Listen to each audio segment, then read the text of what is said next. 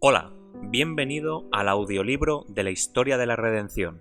Hoy narraremos el capítulo 36, la muerte de Esteban. Este capítulo está basado en Hechos 6:8 a Hechos 7:60. Esteban era muy activo en la causa de Dios y compartía su fe valerosamente. Entonces se levantaron unos de la sinagoga llamada de los libertos, y de los de Cirene, de Alejandría, de Cilicia y de Asia, disputando con Esteban, pero no podían resistir a la sabiduría y al espíritu con que hablaba. Estos discípulos de los grandes rabinos confiaban en que en un debate público podrían obtener una victoria completa sobre Esteban basándose en su supuesta ignorancia.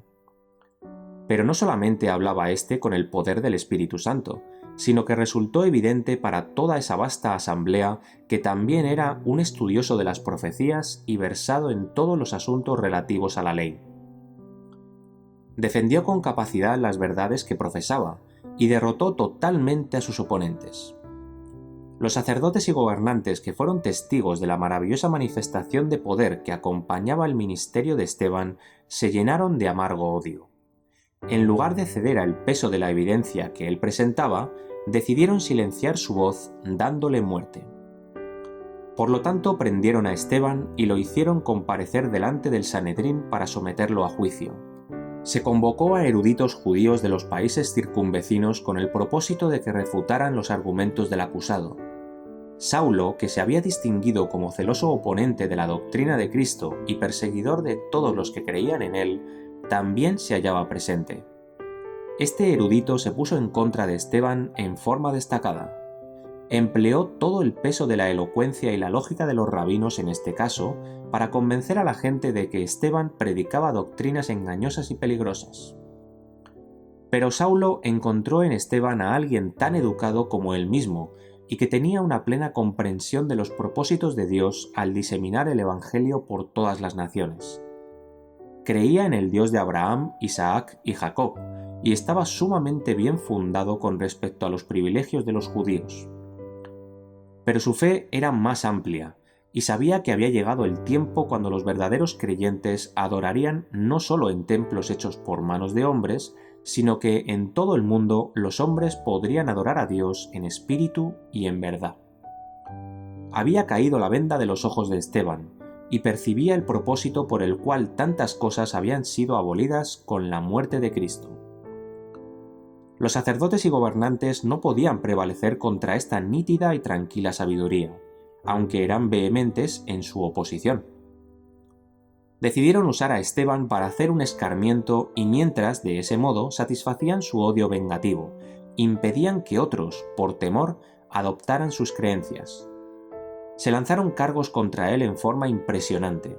Contrataron testigos falsos para que dijeran que lo habían oído pronunciar palabras blasfemas contra el templo y la ley. Dijeron: le hemos oído decir que ese Jesús de Nazaret destruirá este lugar y cambiará las costumbres que nos dio Moisés. Mientras Esteban permanecía frente a sus jueces para responder por el delito de blasfemia, un santo resplandor irradió de su rostro. Entonces todos los que estaban sentados en el concilio, al fijar los ojos en él, vieron su rostro como el rostro de un ángel. Muchos de los que vieron el rostro resplandeciente de Esteban temblaron y se cubrieron, pero la persistente incredulidad y el prejuicio no vacilaron. La defensa de Esteban. Se interrogó a Esteban respecto de la verdad de los cargos que se le hacían, y él asumió su defensa con voz clara y conmovedora que resonó por todo el recinto del concilio. Procedió a repasar la historia del pueblo elegido de Dios con palabras que mantuvieron en suspenso a la audiencia. Puso en evidencia un conocimiento cabal de todo lo relativo al pueblo judío y de la interpretación espiritual de ello puesta de manifiesto por Cristo. Comenzó con Abraham y procedió a repasar la historia de generación en generación, recorriendo todos los anales de la nación desde Israel hasta Salomón, y recurriendo a sus aspectos más impresionantes para vindicar su causa. Aclaró su propia lealtad a Dios y a la fe judaica, mientras ponía de manifiesto que la ley en la cual confiaban para salvación no había sido capaz de salvar a Israel de la idolatría. Relacionó a Jesucristo con toda la historia judaica, se refirió a la construcción del templo de Salomón con las palabras de este rey y de Isaías. Si bien el Altísimo no habita en templos hechos de mano, el cielo es mi trono y la tierra el estrado de mis pies. ¿Qué casa me edificaréis?, dice el Señor. ¿O cuál es el lugar de mi reposo? ¿No hizo mi mano todas estas cosas? El lugar más elevado para el culto de Dios está en el cielo. Cuando Esteban llegó a este punto, hubo un tumulto entre la gente. El prisionero leyó su destino en los rostros que tenía ante sí. Se dio cuenta de la oposición que habían encontrado sus palabras, pronunciadas bajo el impulso del Espíritu Santo. Supo que estaba dando su último testimonio. Pocos de los que leen este discurso de Esteban lo aprecian adecuadamente. La ocasión, el momento y el lugar debieran tenerse presentes, para que las palabras adquieran su pleno significado. Cuando relacionó a Jesucristo con las profecías y habló del templo como lo hizo, el sacerdote, simulando caer presa del horror, rasgó sus vestiduras. Este acto fue para Esteban la señal de que su voz pronto sería silenciada para siempre. Aunque se hallaba en la mitad de su sermón, lo terminó abruptamente apartándose en forma repentina de la cadena histórica, y dirigiéndose a sus jueces enfurecidos les dijo: «Duros de cerviz e incircuncisos de corazón y de oídos, vosotros resistís siempre al Espíritu Santo. Como vuestros padres, así también vosotros. ¿A cuál de los profetas no persiguieron vuestros padres? Y mataron a los que anunciaron de antemano la venida del justo, de quien vosotros ahora habéis sido entregadores y matadores. Vosotros que recibisteis la ley por disposición de ángeles y no la guardasteis». La muerte de un mártir. Al llegar a este punto, los sacerdotes y los gobernantes estaban fuera de sí por causa de su ira. Se parecían más a bestias feroces que a seres humanos. Se abalanzaron sobre Esteban con un crujir de dientes. Pero no lo intimidaron. Él esperaba esto. Su rostro estaba sereno y resplandeció con una luz angelical. Los furiosos sacerdotes y la multitud enardecida no lo asustaban.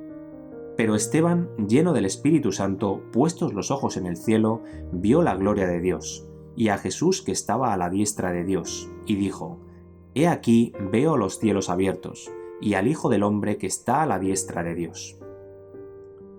La escena que lo rodeaba desapareció de su vista. Los portales del cielo se abrieron de par en par, y Esteban, al contemplar en su interior, vio la gloria de la corte de Dios y a Cristo, como si acabara de levantarse de su trono, que estaba de pie listo para sostener a su siervo que estaba a punto de sufrir el martirio por su nombre. Cuando Esteban describió en alta voz la gloriosa escena que se extendía ante él, sus perseguidores llegaron a la conclusión de que era mucho más de lo que podían soportar. Se taparon los oídos para no escuchar sus palabras, y profiriendo agudos gritos corrieron furiosamente al unísono, y apedrearon a Esteban mientras él invocaba y decía: «Señor Jesús, recibe mi espíritu». Y puesto de rodillas clamó a gran voz: «Señor, no les tomes en cuenta este pecado». Y habiendo dicho esto, durmió. En medio de las agonías de una muerte tan cruel, el fiel mártir, como su divino maestro, oró por sus asesinos. Se pidió a los testigos que habían acusado a Esteban que lanzaran las primeras piedras. Estos hombres pusieron sus ropas a los pies de Saulo, que había tomado parte activa en el debate y que había consentido en la muerte del prisionero. El martirio de Esteban causó una profunda impresión en todos los que fueron testigos del hecho. Significó una dura prueba para la Iglesia, pero dio como resultado la conversión de Saulo. La fe, la constancia y la glorificación del mártir no pudieron desaparecer de su memoria.